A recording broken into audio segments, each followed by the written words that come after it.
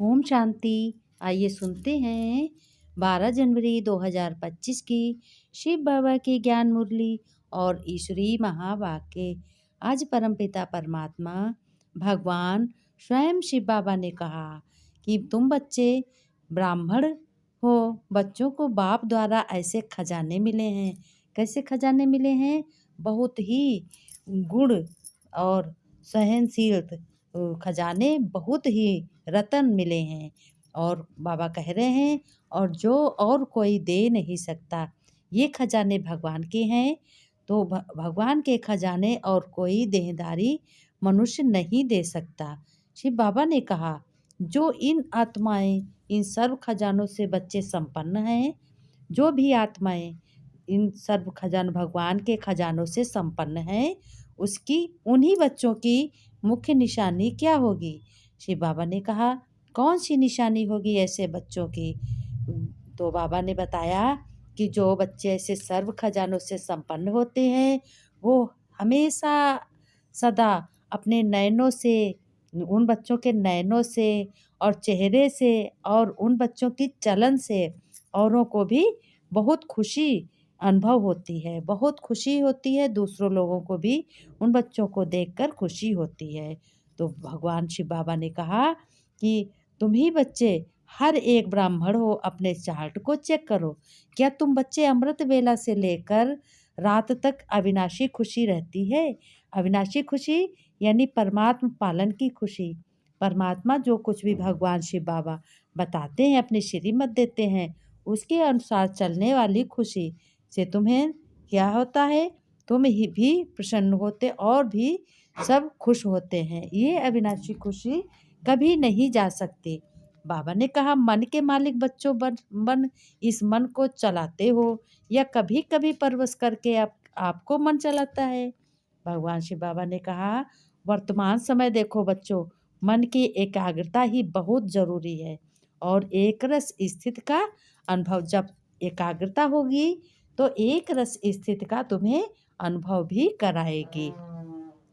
भगवान ने कहा, शिव बाबा ने, और एकाग्रता की शक्ति को बच्चों अव्यक्त फरिश्ता स्थिति का भी सहज अनुभव कराती है। फिर भगवान शिव बाबा ने कहा, अब बच्चों ब्रह्मा बाप समान, जो ब्रह्मा हैं वो बाप है तुम्हारे। वो कौन से बाप है? फरिश्ते। तो ब्रह्मा बाप समान चलता फिरता तुम्हें फरिश्ता बनना है। तो अपने रूप को फरिश्ता रूप बनाओ, तभी तुम फरिश्तेपन की अनुभूति स्वयं भी करोगे और औरों को भी कराओगे, सभी को कराओगे। क्योंकि बिना फरिश्ता बच्चों फरिश्ता बने कोई भी अनुभव करा न सके। बाबा ने कहा, सदा बच्चों मालिकपन की स्टेज की सीट पर तुम सेट रहो। जब सेट होते हैं तो अपसेट नहीं हो सकते। जब भगवान कहते हैं कि जब आत्मा की सीट पे तुम सेट रहोगे तो भगवान स्वयं तुम्हारे साथ रहेगा, क्योंकि आत्मा से ही तुम याद करोगे तभी परमात्मा का रूप नजर आएगा। तो बाबा ने कहा, तो आपे ही सेट हो जाओगे। बाबा ने कहा कि जैसे प्रति विशेष डायरेक्शन देते हुए भगवान ने कहा कि बच्चों, तुम्हें सभी बच्चों को आज बाप दादा से प्रॉमिस करते हैं कि हम इतने पवित्र हैं जो स्वप्न में भी ऐसा कोई संकल्प बाबा मैं नहीं करूँगा। भगवान ने कहा, अपवित्रता ही विद्या। बाबा ने कहा, अपवित्रता ही अविद्या हो जाए। फिर बाबा कहते हैं कि मीठे बच्चे, प्यारे बच्चों, रूहानी बच्चों, मन को एकाग्र कर एकाग्रता की शक्ति द्वारा फरिश्ता स्थिति का अनुभव करो। बाबा ने कहा, आज सर्व खजानों से संपन्न अपने मालिक चारों ओर बच्चों को देख रहे हैं। कह रहे हैं, बच्चों तुमको मैंने मालिक बनाया है, तुम्हें सर्व खजानों की प्राप्ति हुई है। अब बाबा कहते हैं कि पवित्र है, पवित्र संस्कार तुम्हारा है, विश्व में पवित्रता की शक्तियाँ फैलाओगे, ये तुम्हें अनुभव होना चाहिए। देखो तुम्हारे आवाज़ कितनी दूर तक फैलती है। ब्रह्मा बाप को फॉलो करो बच्चों। भगवान ने कहा, ब्रह्मा बाप को फॉलो करो, जिनका अपवित्रता का नाम निशान नहीं है। वो बहुत ही पवित्र है। एक सेकंड में उन्होंने सब कुछ त्याग दिया। ब्राह्मण जीवन माना यह है, कैसा है? माताएं भी ब्राह्मण है ना, तो ना माताओं में है, ना कुमारियों में, ना कुमारों में, ना अधर कुमार कुमारियों में। तो भगवान ने कहा, शिव बाबा ने, ब्राह्मण माना ही है पवित्र आत्मा। ब्राह्मण कैसी आत्मा है? पवित्र आत्मा है। फिर बाबा ने कहा, अपवित्रता का बच्चों अगर कोई कार्य होता भी है तो बड़ा पाप है। इस पाप की सजा बच्चों बहुत कड़ी होती है। ऐसे नहीं बच्चों समझना कि यह तो चलता ही है, थोड़ा तो चलेगा ही, थोड़ा तो चलता ही है। बाबा ने कहा, अगर तुम्हें गालियां खानी पड़े तो पवित्रता के कारण हो गया, ऐसे छूटेंगे नहीं, अलबेले नहीं बनो। इसमें भगवान ने कहा कि इस बात में धर्मराज भी नहीं छोड़ेगा, ब्रह्मा बाप भी धर्मराज को साथ देगा। इसलिए बच्चों, तुम्हें बहुत ही पवित्र रहना है। मनसा वाचा कर्मणा से तुम्हें बहुत पवित्र रहना है। अपने घर को पवित्रता से क्या करना है? अपने घर को सुंदर बनाना है, स्वर्ग की तरह बनाना है। बाबा ने कहा, पवित्र मन रखो और पवित्र तन रखो बच्चों। गीत है ना आपका, तो मन पवित्र है तो जीवन पवित्र है। इसमें हल्के नहीं होना बच्चों कभी। थोड़ा कर लिया, क्या है? थोड़ा नहीं है, बहुत है। बाप दादा ऑफिशियल इशारा दे रहा है। क्या कहते हैं? इसमें नहीं बच सकोगे, इसका हिसाब किताब अच्छी तरह से लेंगे। इसलिए कोई भी हो, सावधान रहो। बाबा ने कहा, ध्यान बहुत देना है, दोनों कान खोल के बच्चों तुम्हें सुनना है। वृत्ति में भी टचिंग नहीं होनी चाहिए और दृष्टि में भी टचिंग नहीं। किसकी टचिंग? विकारों की टचिंग नहीं होनी चाहिए। बोलने में भी विकारों की टचिंग नहीं होनी चाहिए और दृष्टि में भी विकारों की टचिंग नहीं होनी चाहिए। तब कहेंगे समय संपन्नता का समीप आ रहा है, बिल्कुल प्योर बनने का। बाबा ने कहा, उसमें ही बच्चों चीज तो पूरा ही सफ़ेद कागज पर काला दाग लग जाता है। जिस तरीके से सफ़ेद कागज होता है, उस पर कुछ भी लग जाए तो दूर से ही निखरता है। इसलिए बाबा ने कहा, तुम्हारे श्रेष्ठ कर्म हैं और तुम भगवान की संतान हो, मेरी संतान हो। इसलिए तुम्हें अपना कोरा कागज में कोई भी दाग नहीं पड़ना है, पवित्र ही रहना है। बाबा ने कहा, सभी जहाँ जहाँ से भी हैं बच्चे, मन को आर्डर से चलाओ, अपने मन को आर्डर से चलाओ, जहाँ चाहो वहाँ चलाओ। इसलिए तुम्हें श्रेष्ठ जगह जाना है और चलना है। कई जगह बच्चे कहते हैं कि देखो बाबा, साइंस के साधन वास्तव में सुखदाई हैं, किसके लिए हैं? बच्चों के लिए हैं। बाबा ने कहा, खुशनुमा चेहरे और चलन से तुम्हारी खुशी अंजलि देने वाले विश्व कल्याणकारी बच्चों को सदा मन के मालिक बने, एकाग्रता की शक्ति द्वारा अपने मन को बच्चों कंट्रोल करने वाले तुम मन जीत हो। तुम बच्चों जगत जीत हो। जगत जीत बच्चों को सदा ब्राह्मण जीवन की विशेषता, पवित्रता के पर्सनलिटी में रहने वाले पवित्र ब्राह्मण आत्माओं को सदा ब्राह्मण में फॉलो करो। ब्रह्मा बाबा ने जैसे किया वैसे तुम्हें भी करना है, उनके पद चिन्हों पर चलना है। बाबा ने कहा, ऐसे ब्रह्मा बाप समान बच्चों को बाप दादा का याद प्यार और नमस्ते। चारों ओर के बच्चे सुनने वाले, वीडियो को सुनने वाले, जो भी वीडियो पर सुन रहे हैं, उनको याद प्यार वाले सर्व बच्चों को भी बहुत बहुत दिल की दुआओं सहित याद प्यार और नमस्ते। वरदान में बाबा ने कहा, सभी बच्चों झोली भर लो वरदानों से, खाली ना रहे, भरपूर बने रहो। साकार बाप को फॉलो कर नंबर 1 लेने वाले संपूर्ण फरिश्ता भव। विस्तार में बाबा ने कहा, जब जो बच्चे नंबर 1 आने का सहज साधन है, जो नंबर 1 ब्रह्मा बाप है, उसी 1 को देखो बच्चों। अनेकों को देखने के बजाय एक को देखो और एक को फॉलो करो। एक देखोगे किसको? देखोगे अपने परम पिता परमात्मा शिव बाबा को, भगवान को। और फॉलो किसको करोगे? ब्रह्मा को फॉलो करोगे। ऐसे समझो कि जब हम फरिश्ता का मंत्र पक्का कर लो तो अंतर मिट जाएगा, फिर साइंस का यंत्र अपना काम शुरू करेगा। बाबा ने कहा, आप संपूर्ण फरिश्ता देवता हो बच्चों, बन नई दुनिया में अवतरित होगे तो संपूर्ण फरिश्ता बनना साकार साकार में बाप को फॉलो करो।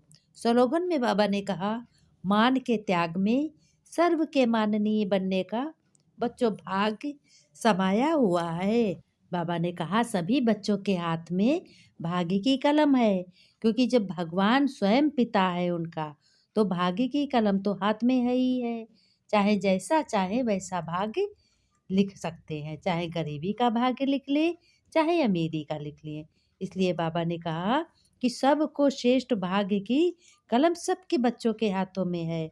तो सभी बच्चे बहुत ध्यान से अपने बाप की श्रीमत पर चले और अपना श्रेष्ठ भाग्य बनाएं, अभी नहीं तो कभी नहीं। ये तो पढ़ाई हो गई, वरदान हो गया, स्लोगन हो गया। अब आइए चलते हैं हम सभी लोग अध्यात्मक की ओर। एक चर्चा होगी। आज का विषय है कि अपने कर्मों पर प्रभाव कैसे रहता है। अपने कर्मों को प्रभाव से वही मनुष्य मुक्त रह सकता है जिसने हर पल प्रभु को सब कुछ समर्पण करना सीख लिया। जो कुछ भी है समर्पण करो उसे। जब समर्पण करोगे तो वही दिन दूने रात चौगुना होगा। कुछ भी हो, कर्म हो विकर्म हो, धन हो संपत्ति हो, कुछ भी हो, बुद्धि से समर्पण करना सीखो। फिर आगे कहते हैं कि सत्यता बोलने से सिद्ध नहीं होती।